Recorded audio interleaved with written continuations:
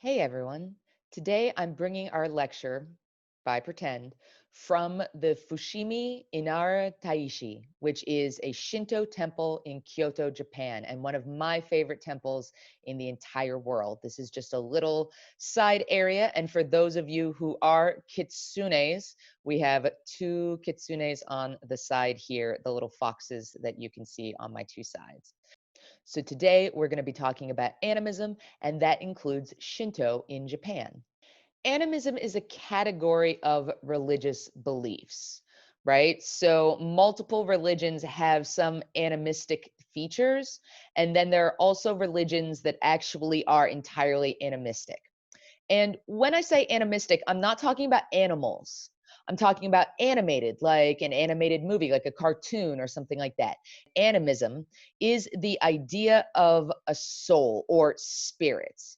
And so, animatism is the religious practice of actually believing that objects are filled with spiritual essences and souls. So, it is the idea that spirits exist within our world, they interact with us, they occupy physical objects, they can occupy people, they can occupy living things like plants and animals, they can also occupy objects.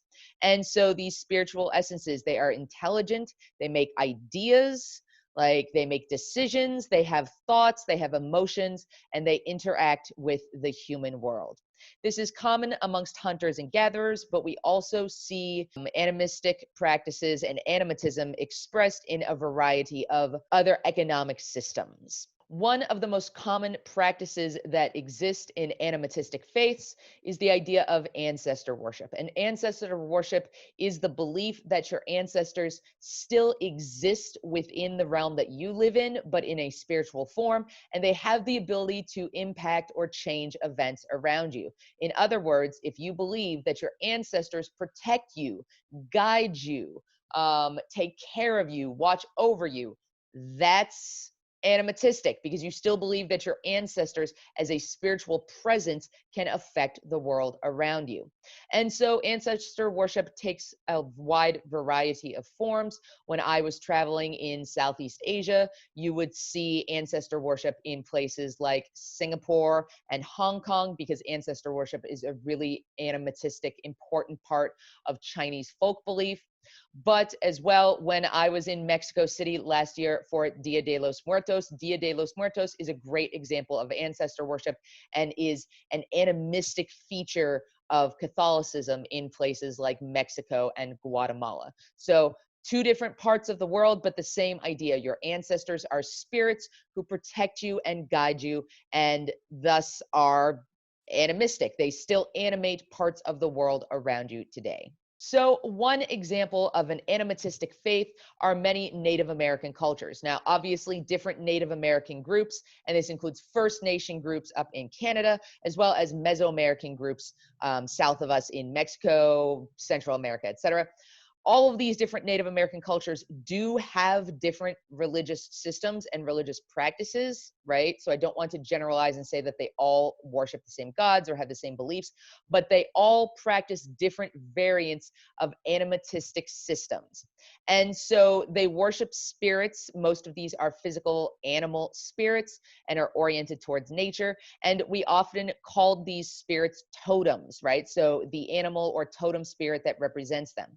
It is deeply connected to ancestor cults and nature cults, and it is a highly symbolic animistic religious practice. So another, and you can see the same image down here, animistic religion that I got to experience a great deal last year was Shinto. And Shinto, it's not a codified and unified religion, rather it is a collection of animistic beliefs held by Japanese people. So there's not one centralized text, there's not one centralized church or like series of religious practices that everybody believes in. Rather, it's kind of like an umbrella term to cover all of the animistic practices. But there are certain themes, a deep love for nature and a belief in synergy with nature, as well as a focus on perfection. So the Japanese have several ideas relating to perfection. One of them is kaizen, the idea of ever improvement and always trying to become better and better to reach a state of perfection. perfection and purity and goodness. That is very deeply ingrained in Shinto. And so Shinto believes that deeds can be either impure or perfect, and that anything that's impure in your life should be purified to move it to a state of perfection. In many cases, this means that religious rituals are repeated again and again until they are gotten perfect, or the idea of improving yourself as an individual practitioner through constant small improvements in your life, right? So little deeds of goodness add up to a better, more purified soul. One of the really interesting things about Shinto that is very unique is that it doesn't explain what happens after death. Pretty much every other world faith does this, but Shinto really doesn't. And so in many cases, people in Japan who practice Shinto, they either have sort of scientific beliefs about what happens after death, or they borrow beliefs from other faiths like Zen Buddhism or Christianity or something like that, because Shinto itself doesn't actually explain what happens to you after death. And it's interesting because most Japanese people, if you said, hey, are you Shinto? They would say, well, I'm not a Shinto priest. You know, I don't pray specifically to the Shinto sun goddess or to other goddesses or other gods. So I don't identify as Shinto directly, but then they'll go and pray in Shinto shrines. They'll have Shinto art in their house, etc. So Shinto is a way of life almost more than what we would think of as a codified religion, where you go to the religious building once a week to offer prayers and you have a head who takes care of things for you, etc. Shinto is much more about an integrated way of life that sees spirits as ever present. And so, for example, kitsune or foxes are the animals which interact with the spirit realm and the human realm and help deliver messages in between. So you'll see kitsune a lot in Shinto shrines because it's about connecting everyday people with this higher spiritual realm that interacts with us through the natural world. If you are interested in Shinto, it is an absolutely fascinating religion. I would love to give you more material to learn about that. So another variant on animism are many of the Chinese folk beliefs, and two of them are really big: Confucianism and Taoism. Taoism is incredibly interesting. It is based on the philosophies of Lao Tzu, who was a writer in China a long, long time ago.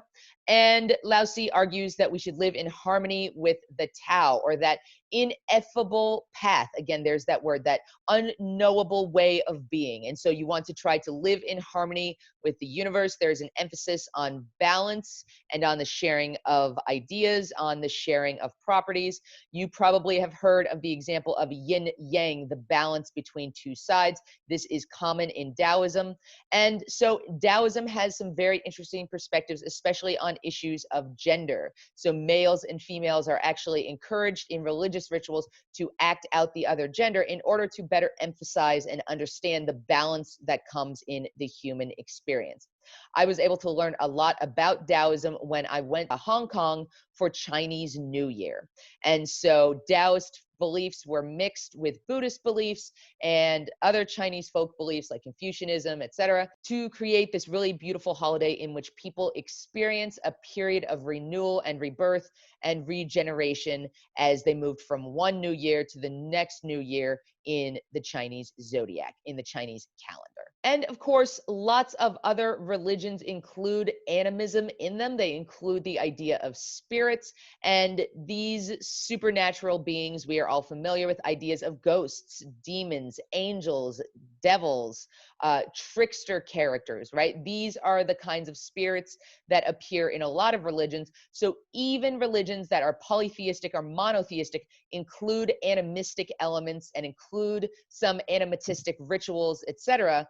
One great example, Islam is one of the monotheistic faiths. You'll hear about it in the monotheism lecture, but it includes the idea of spirits. And in the Islamic world, these are known as jinn. And these actually exist in pre-Islamic times as well.